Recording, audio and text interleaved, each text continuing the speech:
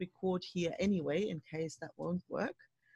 And let me just see whether it'll let us. Okay, I want that on my page.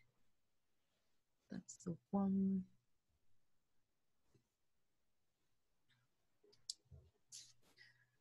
Yeah, because it has been a little bit sort of temperamental in a sense that sometimes it works really smoothly and other times it sort of just sits there and it looks as if it's got something to do with the strength of the internet connection. But so it's always a little bit. Do we have an hour? Is that right? Yeah, that was the plan. Okay. I think we should, yeah, I think, you know, anything, yeah, we think we should be. Well, yeah, definitely maximum an hour. I don't think. Yeah. Okay. Otherwise, nobody's gonna watch. Yeah. I wanted to ask you, did you actually manage to get home, or are you still in Canada? No, I'm in London. Yes, Oh, so okay. I'm in London and been here for over a week.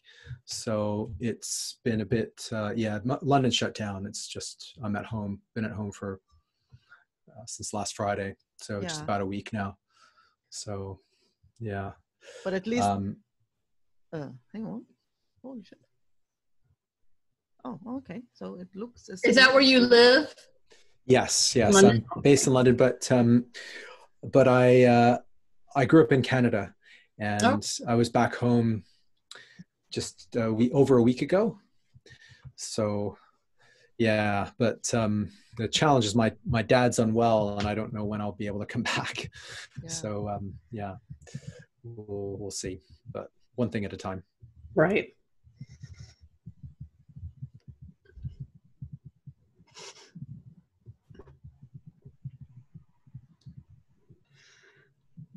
Were you able to go live, Anka? Or are you still working on it?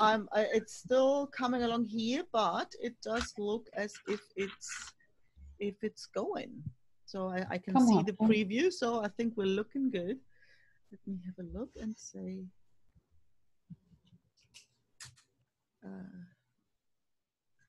Add a title.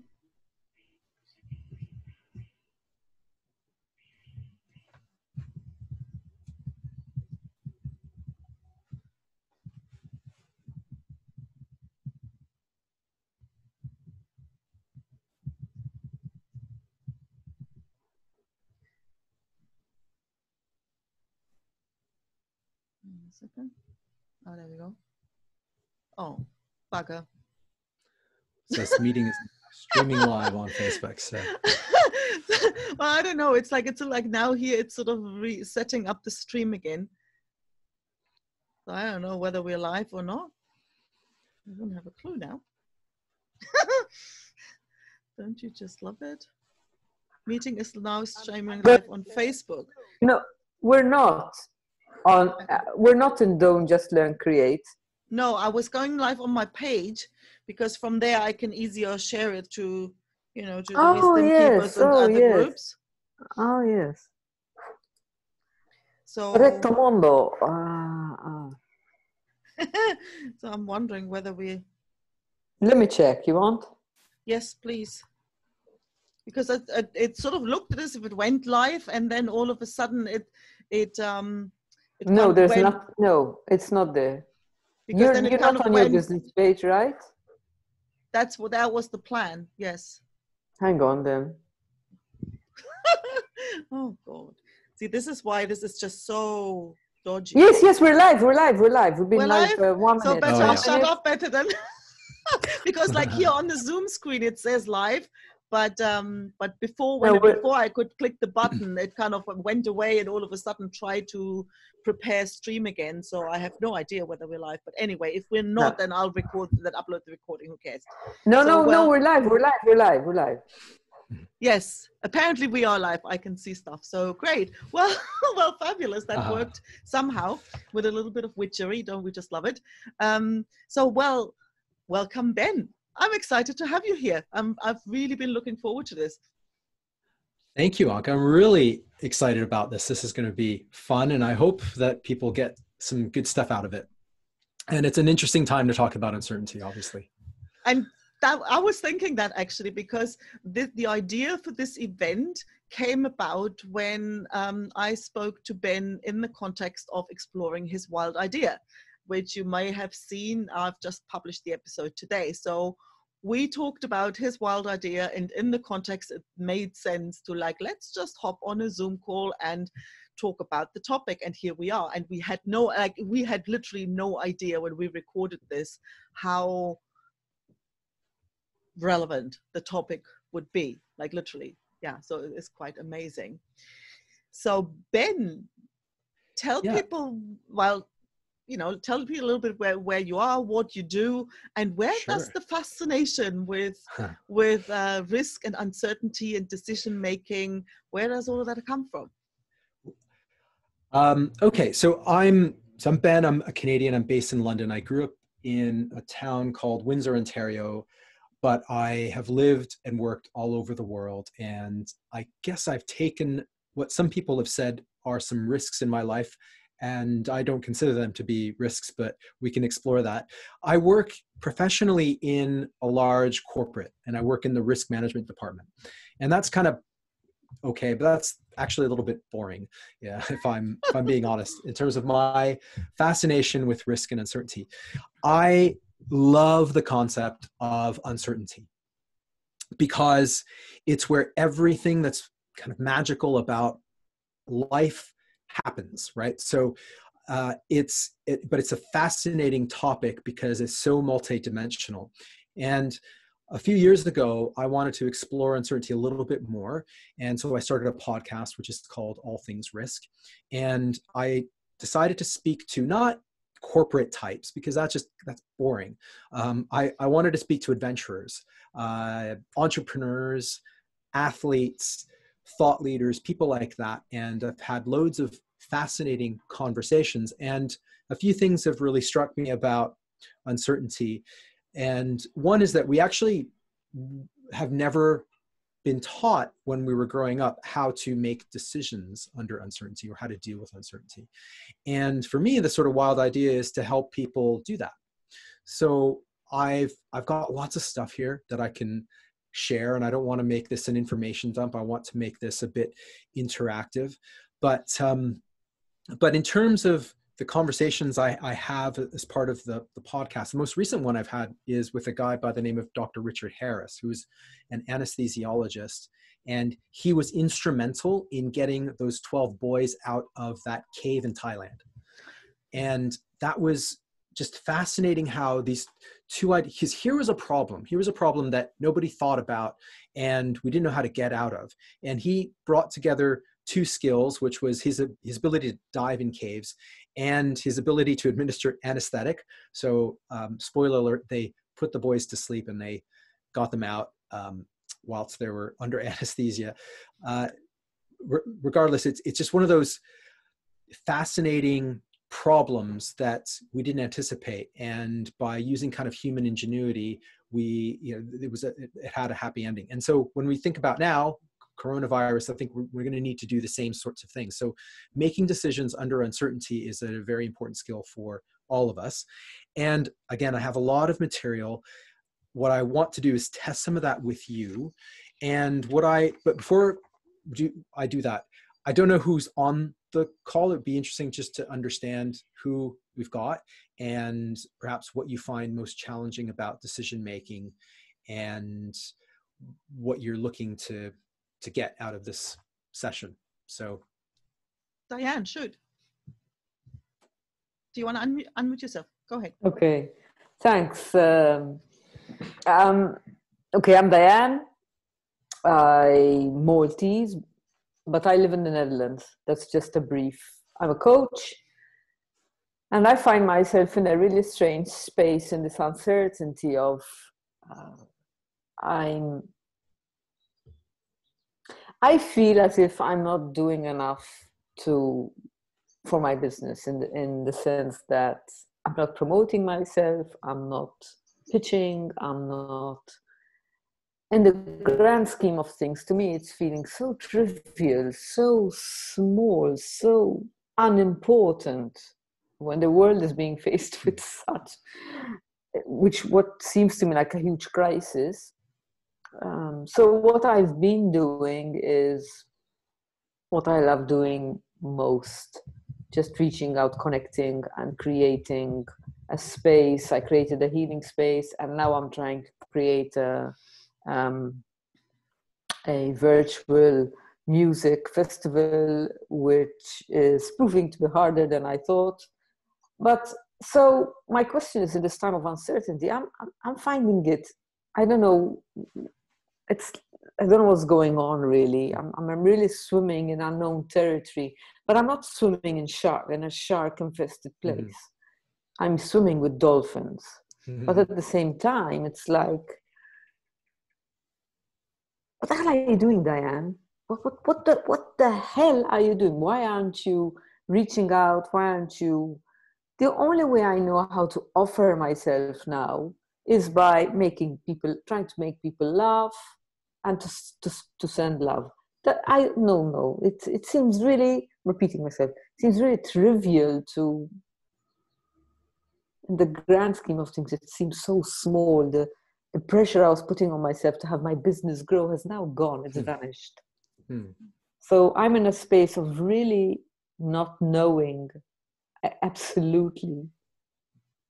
And Anke has her own lovely input about it, and I like it. At the same time, I'm still, Anyway, that's. No, thank you for that. That's some good stuff there that hopefully we can touch on a little bit later.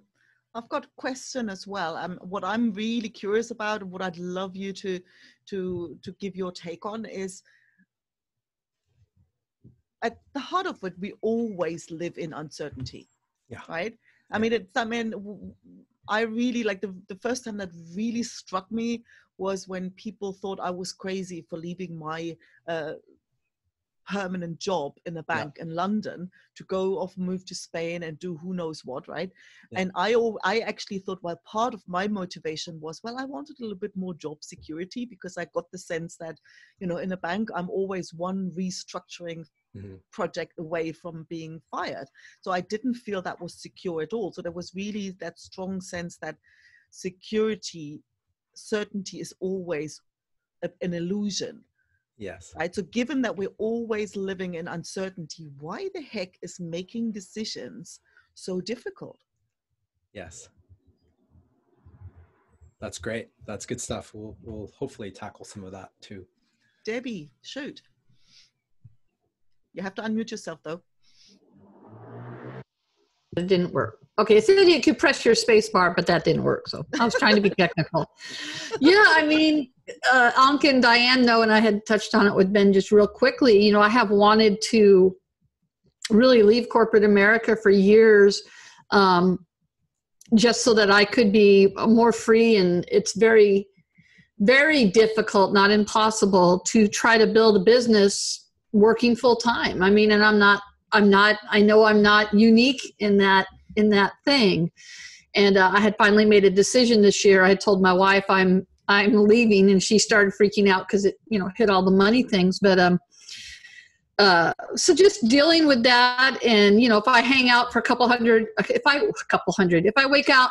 out for 2.5 more years, I have this little pension. Yeah, I'm not going to live that long, and this little pension's not worth it to me for my energy and for my happiness. So we made the decision that I can go, but now there's this like, okay, I want to see you make this much money. And now we have the coronavirus. And so I just feel like everywhere I turn, even though my name is Debbie, like that phrase, Debbie Downers, there's Debbie Downers, like, oh, nobody's going to buy a website. Nobody's going to do this. And so it's just like, you start to get the energy of like, I'm going to do this. And, as a side note, we do have a little side country house that's real small that we could sell this house and move to and live pretty cheaply, but just, no medical insurance. There's an uncertainty. If we leave, we have no medical insurance. Just the uncertainty of how am I going to get clients in this atmosphere, and stuff like that. But that's why I said I was happy that my job is giving us a couple of weeks to distance ourselves. Because if you can ask Anke and Diane, Tuesday I was ready to say, screw it, I'm quitting right now. I'm going to pull out my pension and pay the taxes and have 6 months worth of income, So it's just, but I know it's time too, if that makes sense. Like I absolutely know that when I finally leave, I'm going to turn around and say, what took me so long? It's like I've had that sense. So there's this inner sense of knowing that I'm held and that I'm supported. But then the rational mind is like, oh, fuck. You know? Okay. And we've got Herman on the call. He was saying he was going to stay mute and listen. Okay. So I don't know whether he's... No problem. So I've got some stuff I can share, and I've got some slides. I don't want to make this a whole, PowerPoint presentation. But I do have some things to share if that's okay with people. Absolutely. And some concepts. Okay, so let me just try to share my screen. Not shared my screen on Zoom before, but let me know when that comes up.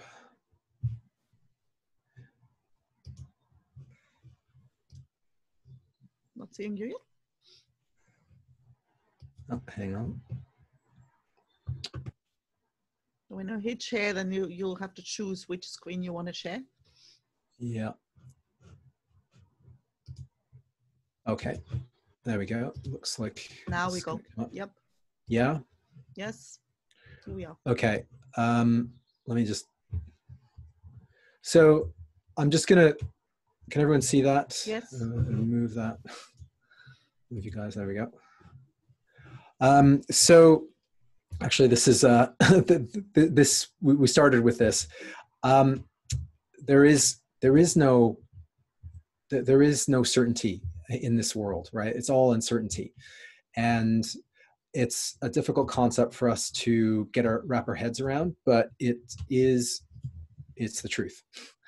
And I think some of the things that you guys were talking about, we're overloaded with information, and so these are just some stats of the number of pieces of data we get per day, like 43,000. Most people that I've spoken to when I've done surveys are this, same as you guys, that you're finding decision-making hard. I find decision-making hard. We're disengaged at work, that we've talked about. These are just really, really common themes. And on top of that, the problem seems to be that we're not very good at taking risks or managing uncertainty. And there are a few reasons for that. One is that we're actually, as humans, really poor at assessing probabilities. And assessing probabilities is pretty core to making good decisions. We also have lots of cognitive biases that get in our way.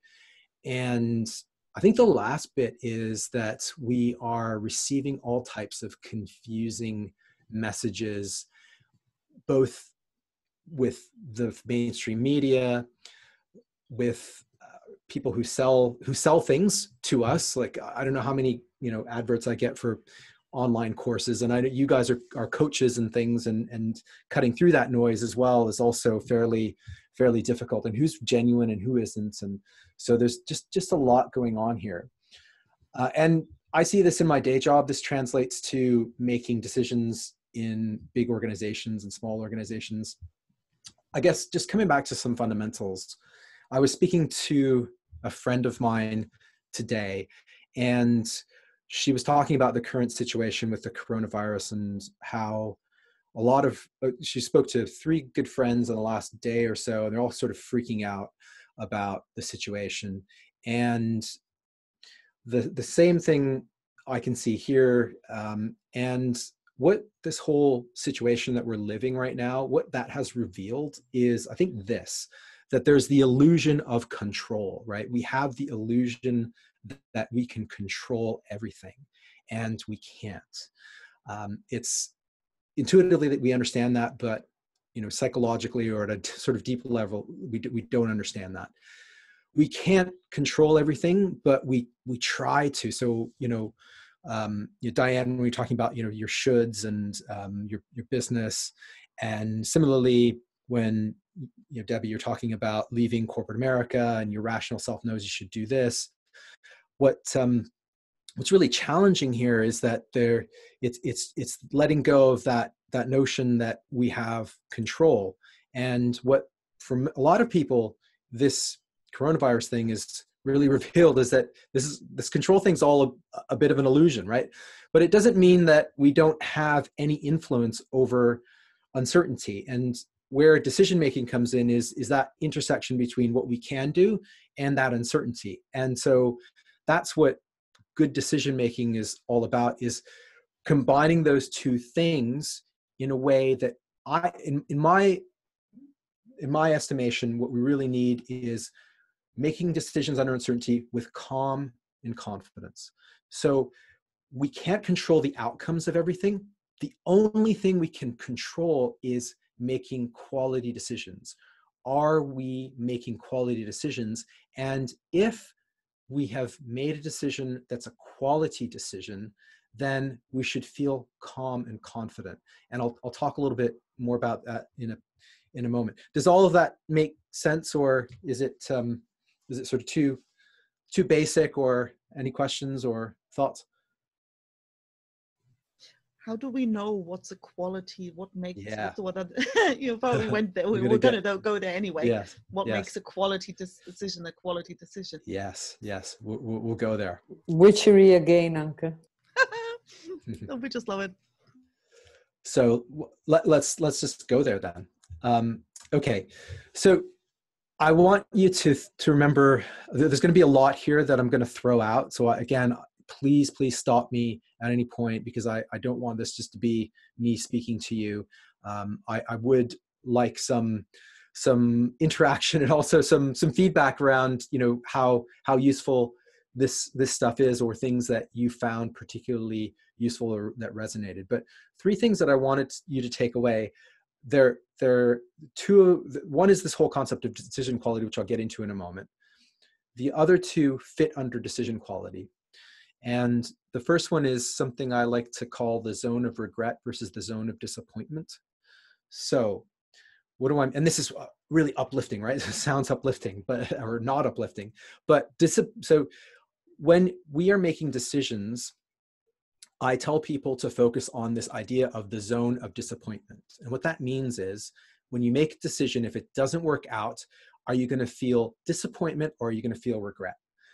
If you feel disappointment, then that's not a bad thing, because we make tons of decisions. Some of them don't work out. It's impossible for the vast majority of them to work out. We can make decisions with our eyes wide open, and they might not work out, and we're disappointed, but we move on. The zone of regret is where, we really shouldn't have done this thing, or we really should have done something else. And so that's where I tell people to stay away from. We'll get into how to do that in a moment. But decision quality, number 1, under that zone of regret versus zone of disappointment, focus on the zone of disappointment. And the last kind of high level concept is to think probabilistically. And we as humans have a difficulty trying to do this. But what that simply means is we tend to think binary, right? So something's going to work out or it's not. And before something happens, it's actually a shade of gray. It's actually somewhere in between. There's a 0% chance of it working out, and there's a 100% chance of working out. And so making a good quality decision involves kind of estimating, where is it is it closer to 0%, or is it closer to 100%?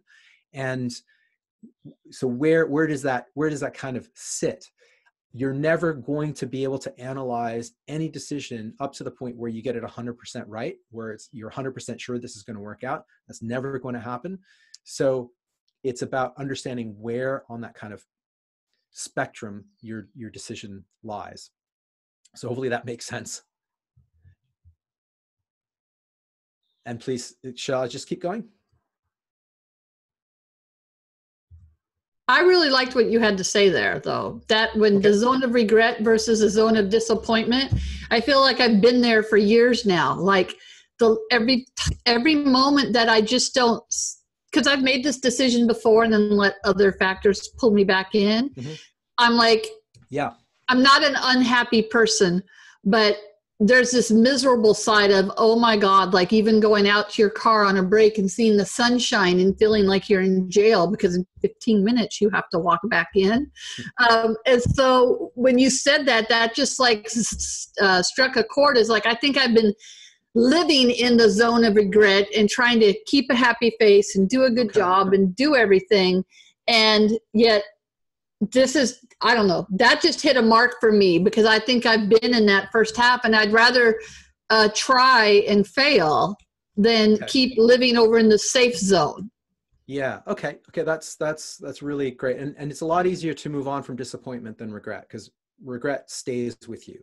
And so making a quality decision means, so let's, going back to quality decisions, or we'll go to it in a moment. You make as quality a decision as you can based on what you know. Sometimes it doesn't work out, you're disappointed, you move on. And that's a much better way to live and make decisions than to kind of hum and haw and, as you say, live in that sort of regret zone. Any other questions before we dive in a little bit more on these things? I was just about to say, well, that is exactly why I moved to Spain, because I didn't want the regret of not having, what would have been if I had whatever. So yeah, definitely resonates with me too. Yeah. Okay. If I may, I'm looking at regret for just sitting back and doing nothing right now. It feels like I'm not doing anything. That's what it feels like for me. Okay. Well, there could be lots going on there. And one of them could be a cognitive bias, which we'll talk about in a moment. But one of those biases is called activity bias. It's actually my favorite bias, one of them.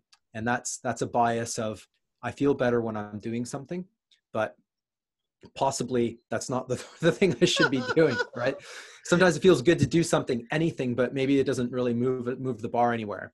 So let's get into some of this in a little bit more detail.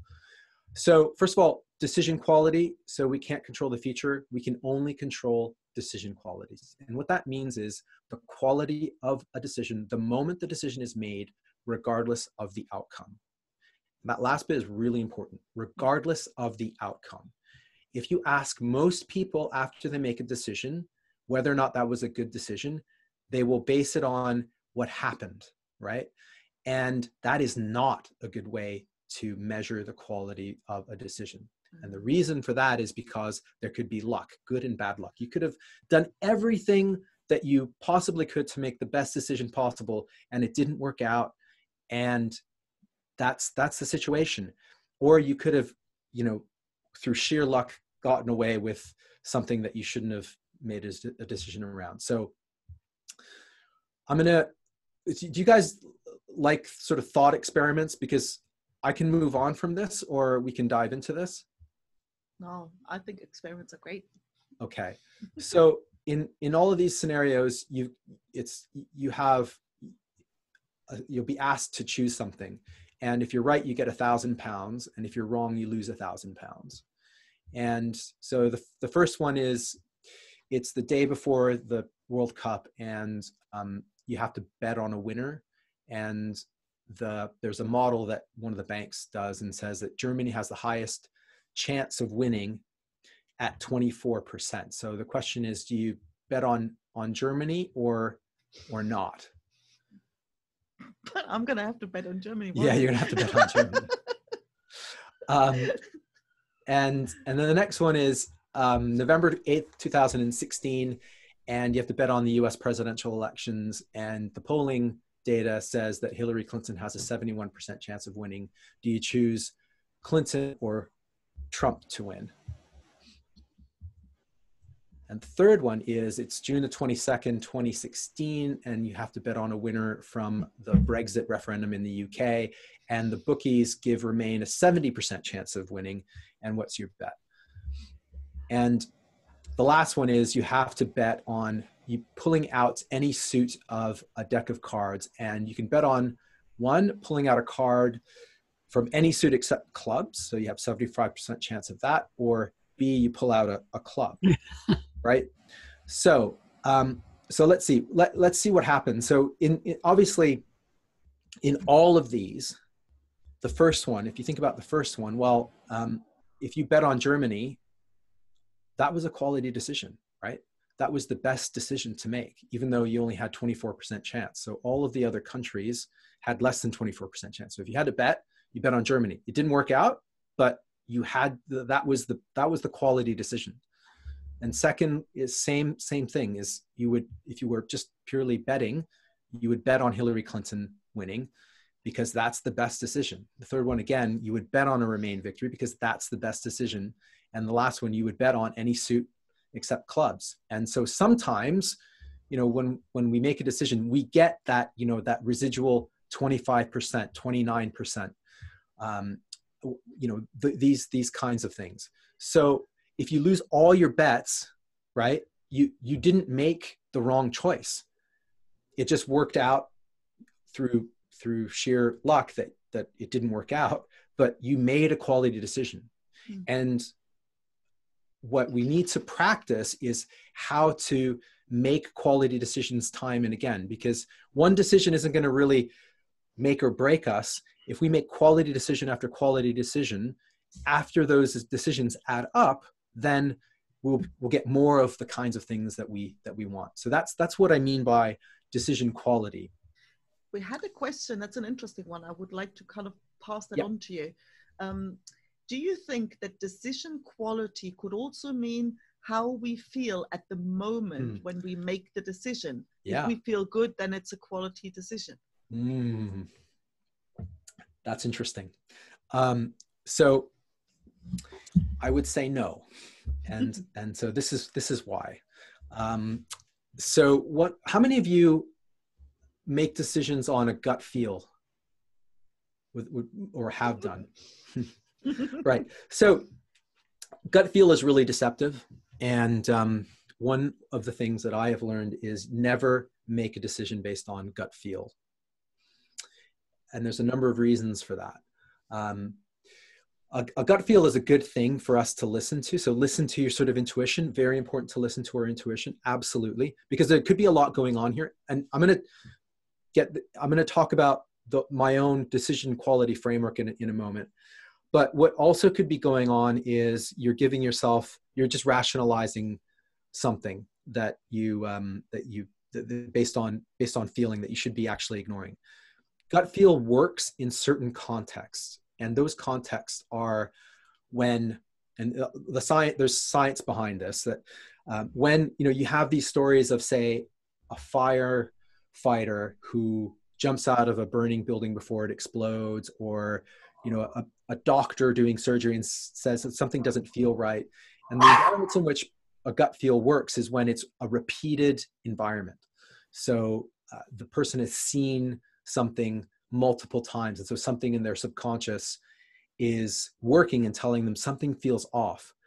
But for something that's kind of new and a new decision in a new environment, for many of us, our gut feelings can deceive us.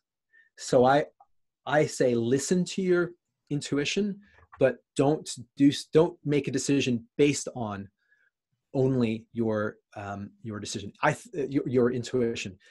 So I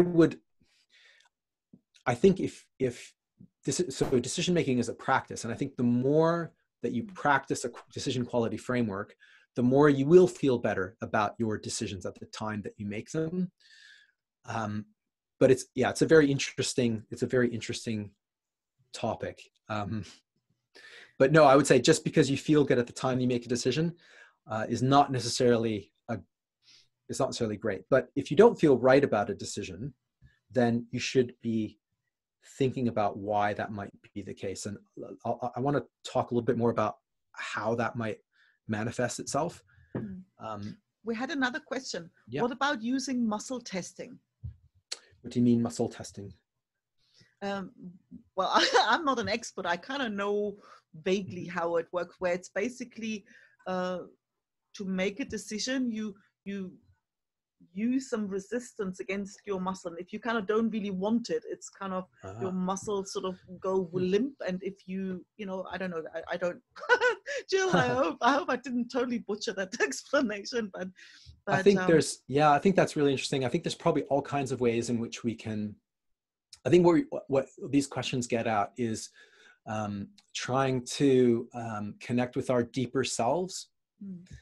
And when something maybe feels right, or when something feels wrong, there's kind of a broader chord that kind of strikes with regard to our kind of the more sort of spiritual side of who we are, and the more intuitive side. And so I'm definitely not saying don't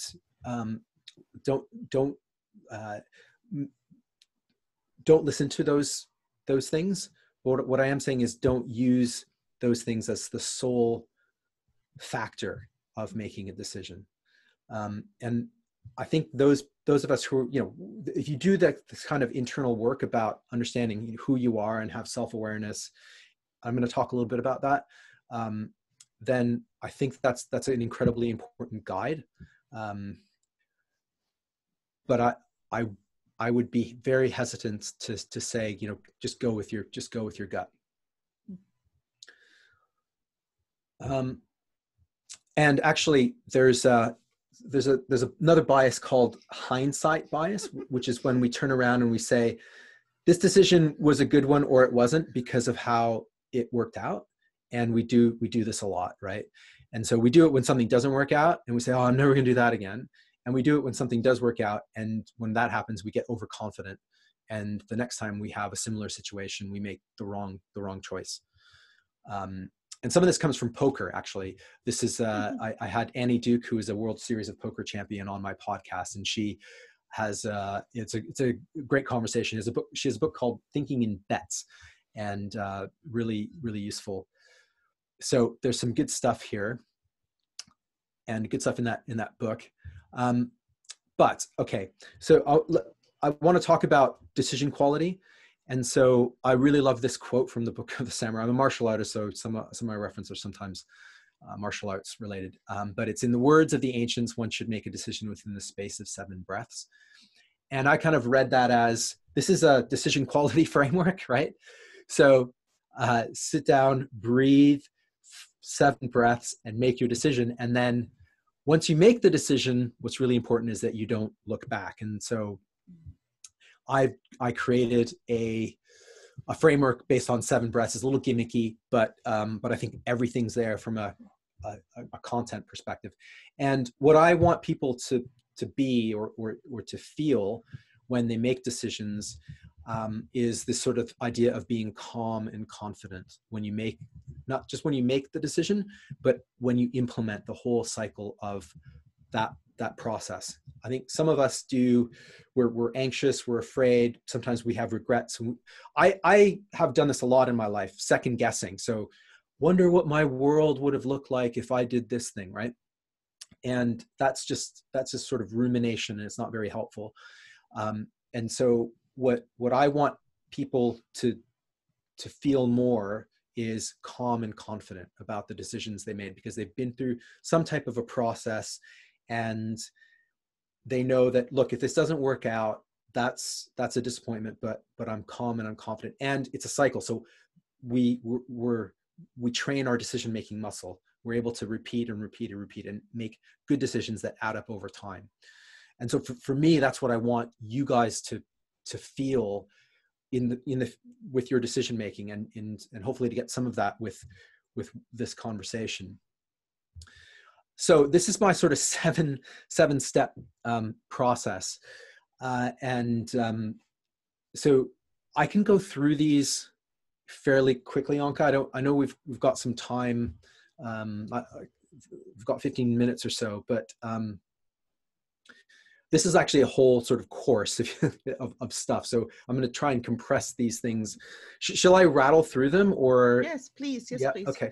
Because so I'm really curious about how, especially the don't look back, because it's something that I've seen, like, I don't know, I'm usually sort of quite, once I make a decision, then I don't look back, but I've had so many clients in my sewing business that drove me crazy when they take ages to get to a decision, whether we want the ruffles red or black. And then once we finally struggle through to get to that, they turn around and somebody says, oh, maybe, and they kind of open it all up again. And I don't, I'm really curious to see how can one get to that point where you make a decision and don't look back. Yeah. Okay. So I think one of the first things before even going through this is that just to ask yourselves two questions. One is, could the impact of the decision be really negative and irreversible? And if the answer to that is yes, then you want to go through this framework really carefully and very thoroughly. If the answer is, is it a trivial and very changeable outcome, then you want to go through this very, very quickly. And there's like a really short version of this, because, these stories of people spending, an hour and a half scrolling through Netflix to choose their film, right? There's a thing called decision fatigue. So decision making, again, is a little bit like a muscle. So the more that we sit and make these little trivial decisions, the less mental bandwidth we will have when we have to make a very important decision. And so I'm very big in talking to people about rituals that they can put in their daily lives to take away that decision fatigue. So, what to eat and what to wear and how to get to work and all of these kinds of things, just to put rituals and routines to take away that decision fatigue. But if something is got that sort of potentially irreversible and negative, then you want to go through this fairly robustly. So I'm going to just rattle this stuff off. There's more to it, and I'm going to be turning this into a course. But first is check in with your mind and body. And so there's a lot here that we can talk about: meditation, movement, sleep, and nutrition. But one of the things that I quite like is this idea of HALT. So do not make a decision if you're hungry, angry, lonely, or tired. And to also breathe, right? And just a really fundamental aspect of this. I'm going to keep zipping through. So we will, there'll be hopefully some time for questions. The second one, though, is important. Know who you are and what is important to you. And there's a lot of ways to do this. It's all about doing that work about what's your personal philosophy? What are your values? Who are you and what do you want? And I find that if you check in with that, so some of those that maybe that muscle exercise, which is a really interesting idea, that maybe what's going on here is that this decision might be violating one of my core values. And so it's good to think about that and to kind of probe a little bit deeper around why that's happening. And having a very clear, so I created a personal philosophy last year, and it's to embrace uncertainty with wisdom, wonder, love, and courage. And when I'm kind of stuck, I go back to that. And sometimes when I go back to that, it's a no-brainer. Certain decisions are like, oh, no, this is what I want to do. This is what I want to be. So this is a no-brainer. And there's lots of ways of doing that. I can send a link, but what I did was I looked at people I admire, words that I like, quotes that I like, and I just sort of crafted this. And then I sort of tried to repeat this so that it's kind of stuck and it's become sort of part of who I am. But if you don't have time to do that work, simple things would be the decision I'm making. How does it affect my values, and how does it affect the people that are important to me in my life? And sometimes you find that also can just kind of cut through why you might be struggling over, say, a job offer versus, more times with your family, or doing the kinds of things that you love, or that kind of thing. And that's incredibly important work. And I also counsel organizations to do this, because in a time of crisis like now, when the organization knows what it's there to do, it's a lot easier to crack on and do those things. So I think those two things, check in with your mind and body and know who you are and what's important to you, incredibly important.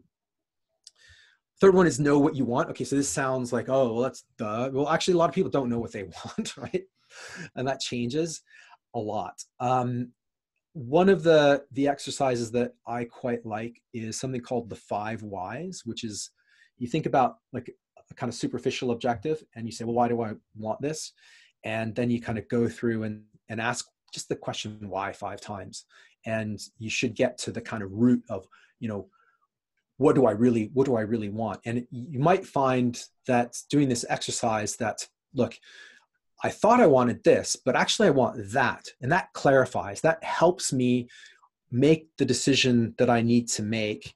And actually I thought I was trying to decide between these two things, but actually there's this third option over here that I didn't even think about. And it's a useful way of thinking about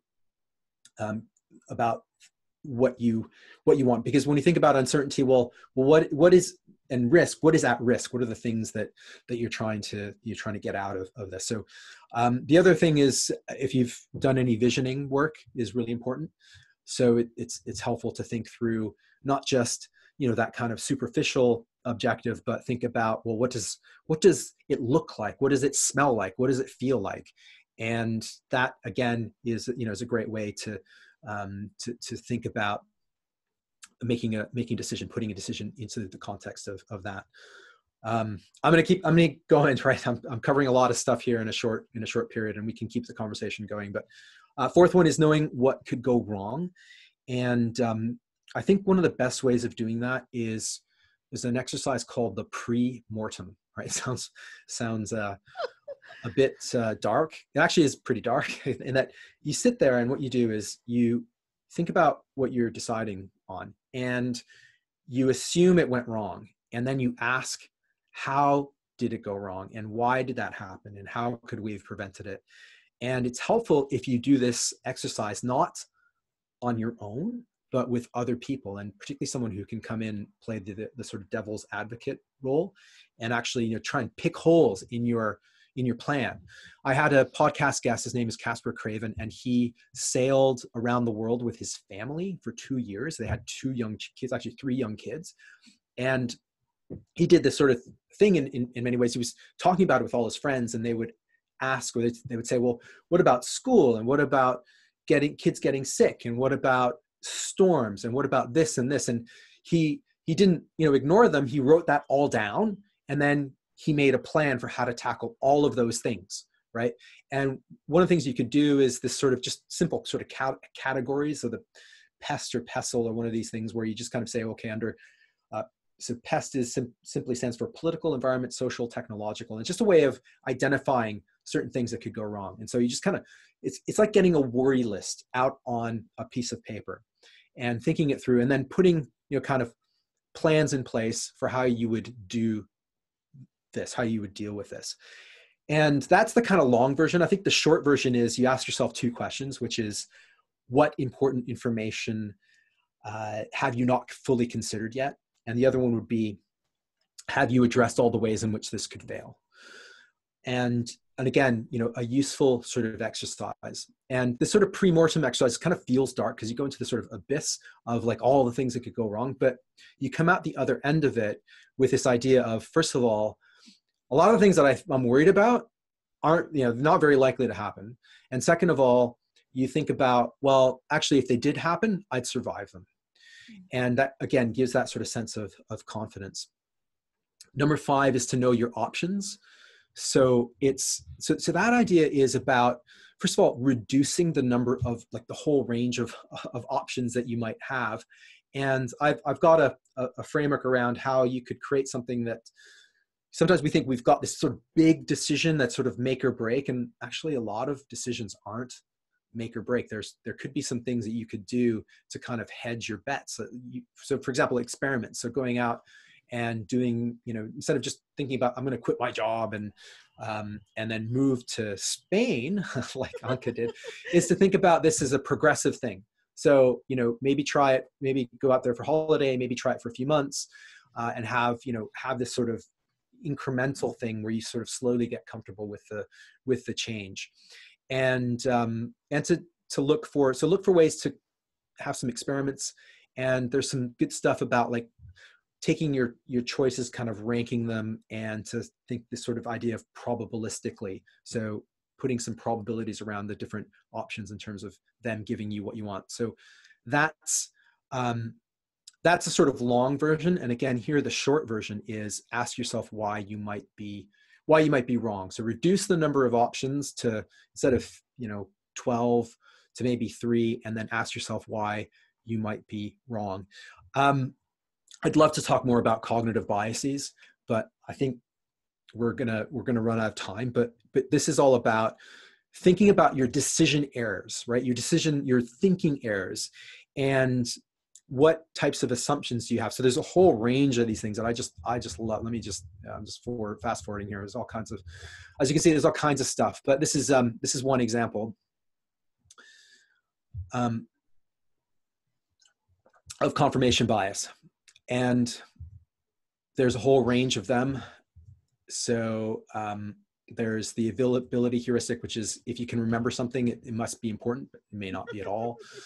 The Dunning-Kruger effect is about like, it's this a little bit of knowledge problem. So the problem of the world is it's full of intelligent people that are full of doubts, while the stupid ones are full of confidence.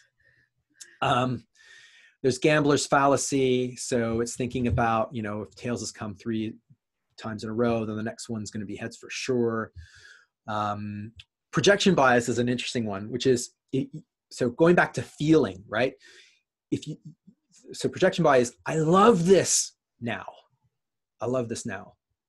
What about next week? What about next year? What about next month? Will you always love it? So that's projection bias. So thinking about how we feel about something now and projecting that forward into the future. Attribution bias. So attributing certain, so you might not, you know, this is, oh, I wouldn't listen to this kid who's told me something, he's only 19 years old or whatever. Activity bias, which we talked about, and the IKEA effect, which I love. We love things we make ourselves.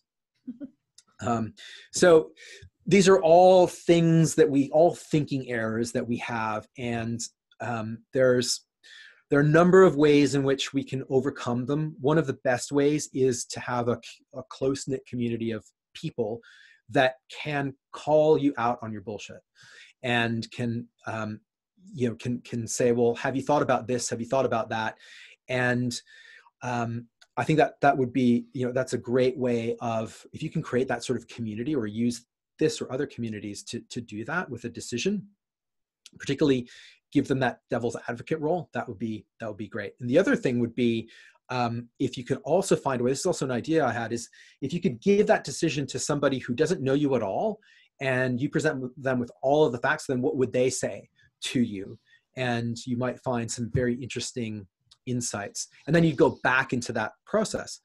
And so I think that's the long version. The short version is simply, what would a trusted and objective advisor suggest that you do? So you would ask that question.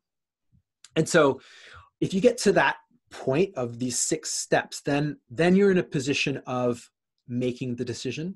And I call that make the decision and make it right. So in other words, you don't go back on what you don't reopen this whole process. Once you've been through it, it's closed. And the one question you would ask is what information that would cause you to revisit the decision if something new comes up or whatever.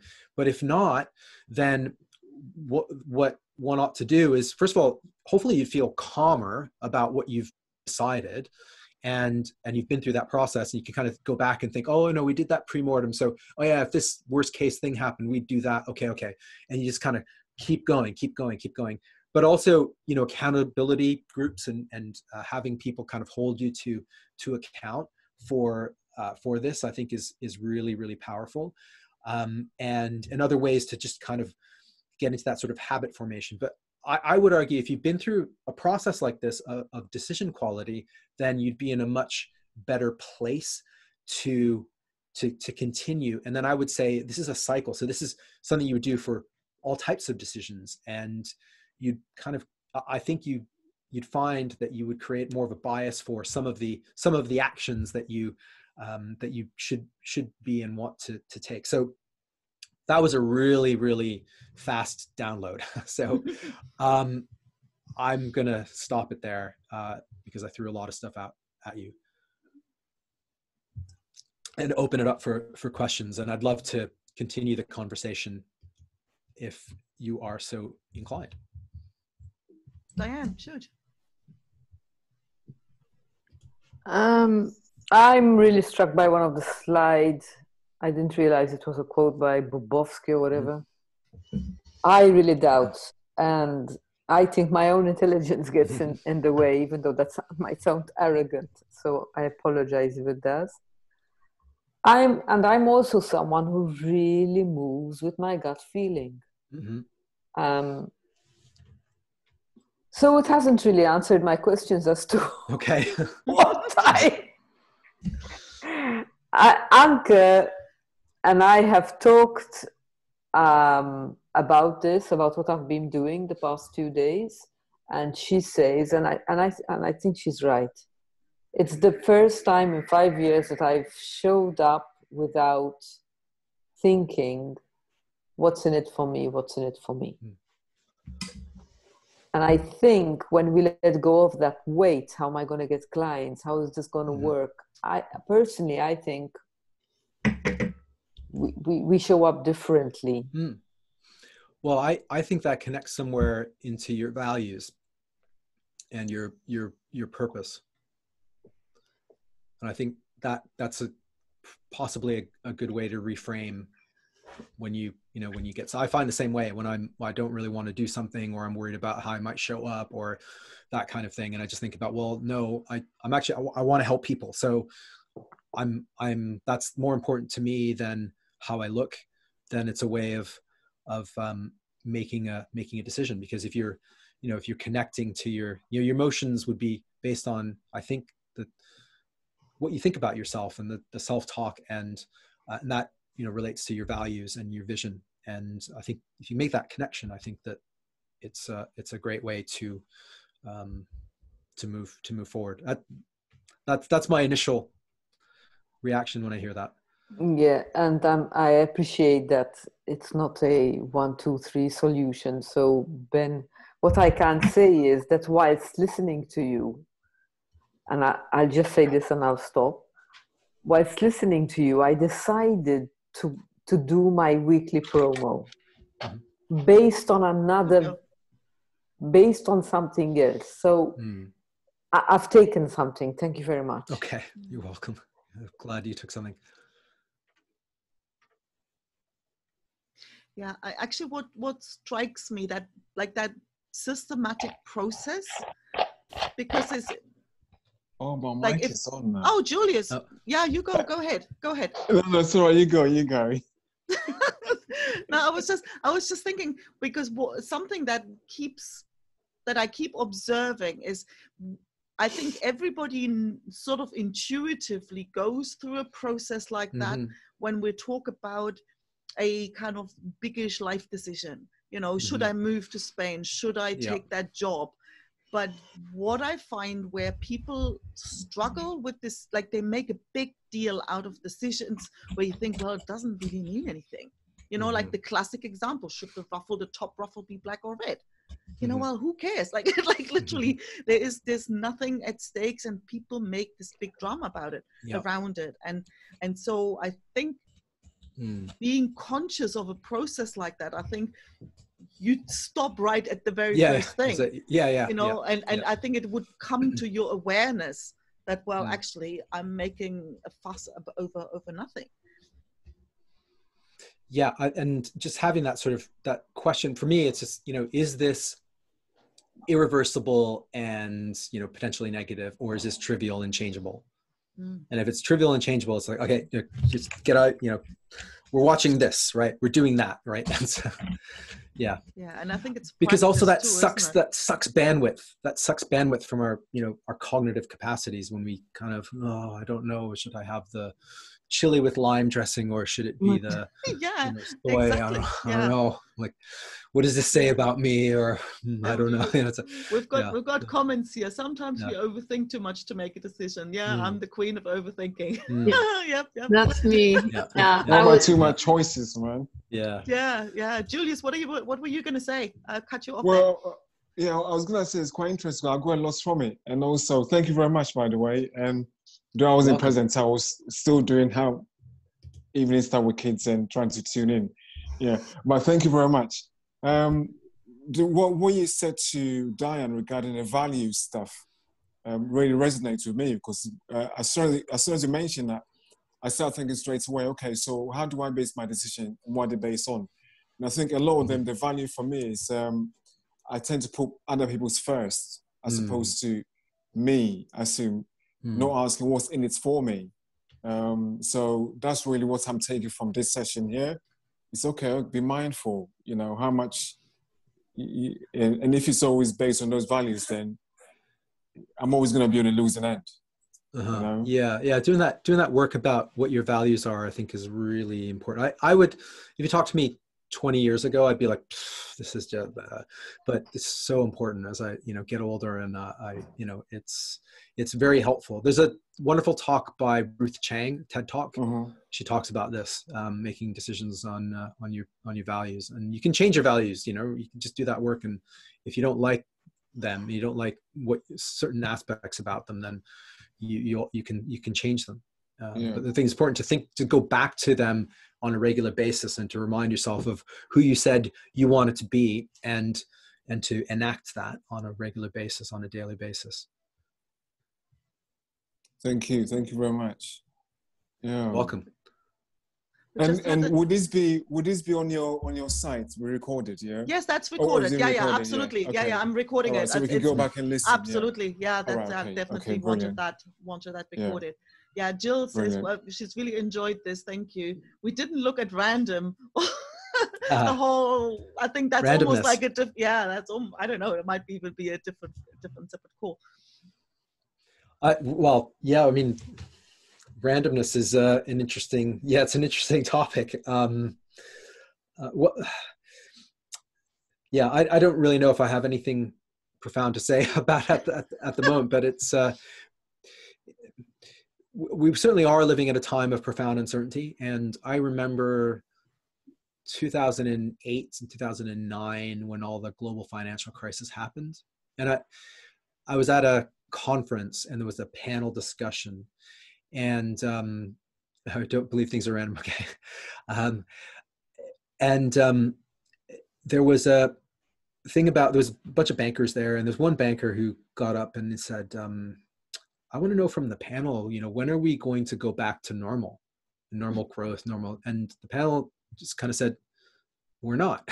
and I don't want to, you know, sort of scare anyone, but I think we're kind of there now, that, you know, when are things going to go back to the way they were? And I don't think they're going to entirely go back to the way they were. So we are entering a period of uncertainty. And I think it's, you know, now more than ever important to try and put some of these principles into practice in terms of what do I know, what do I not know, and where I think there'll be loads of opportunities now based on what's happening for connection, for creativity, for helping people. You know, I think this is a group that does a lot of thinking. And I think that this is also a group that thinks about things that many people don't. And so I think there are tremendous opportunities in that sort of uncertainty. Yeah. Opportunities and uncertainty. I think that's just like a perfect way to bring this home. If there are any other questions, any other comments? I just share one last thing, because if people are interested in continuing the conversation, I'll share my screen again. If you can see that, but let me know. Yeah, and I'm gonna put it in the. I'm putting it in the show notes. Okay, great. You know, but so there's no need to kind of stress out over this. I'm gonna put it in the event, and I'm gonna put it in the post, and it's gonna be in the show notes and everywhere. So yeah, definitely. If I definitely, I've said this many times before, I do highly recommend the podcast. One word of warning: it is highly addictive. And but yeah, it's fantastic. It's still one of my favorite podcasts. And yeah, go check out the course, and Yeah, I haven't. Yeah. I didn't know about the. I didn't know about the Facebook group, so I'm going to. Well, the Facebook group is something I've just sort of started. Today, as I was preparing for this, I thought about it. When I was talking about, giving a decision to someone who's sort of independent.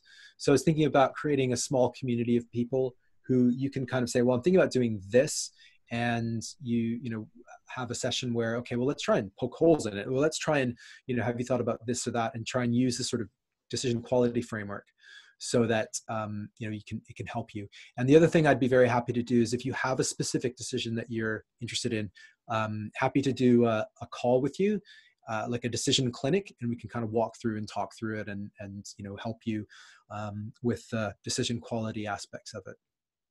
Very cool. Thank you so much. And don't forget to send me the link to the Facebook group so I can put that in the post as well. Well, thank you so much. That was incredible. I think there's so much gold there. Definitely one to listen to again. Okay. Oh, sure. Thank you very much for your time, Ben. Thank you. Yeah, thank you. I enjoyed it. I got a lot to think about now. Great. Thank you. Well, yeah. Okay. Thank you.